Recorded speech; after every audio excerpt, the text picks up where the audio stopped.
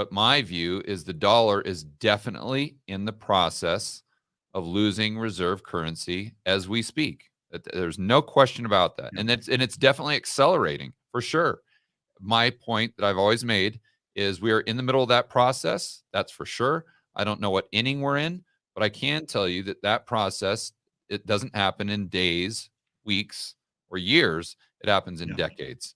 And That's just right. because we're in the heart of it right now and we can see it playing out in front of our own eyes doesn't mean that we hit that Bretton Woods moment, so to speak, within the next month or two. Right.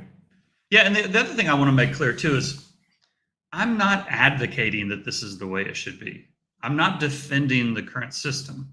I'm just trying my best to explain to people how the system works Yeah, and right. why the system cannot be changed just with the stroke of a pen.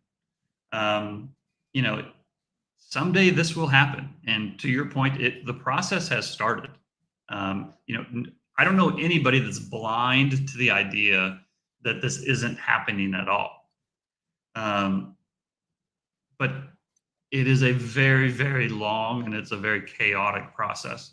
And I fear when I think about all the headlines that we've seen and the people that just when I interact with them either at conferences or over Twitter or when I do interviews and I'll do the ask me anythings and the questions I can almost just see the way their portfolio is allocated based on the questions they're asking me, and it scares the hell out of me because I've met so many people over the years who have just plowed 50, 60, 70% of their portfolio into a certain theme or a certain idea. Right. And if it doesn't pay off in the time period that they need it to pay off in, they're just behind the eight ball, and you can just see the fear in their eyes.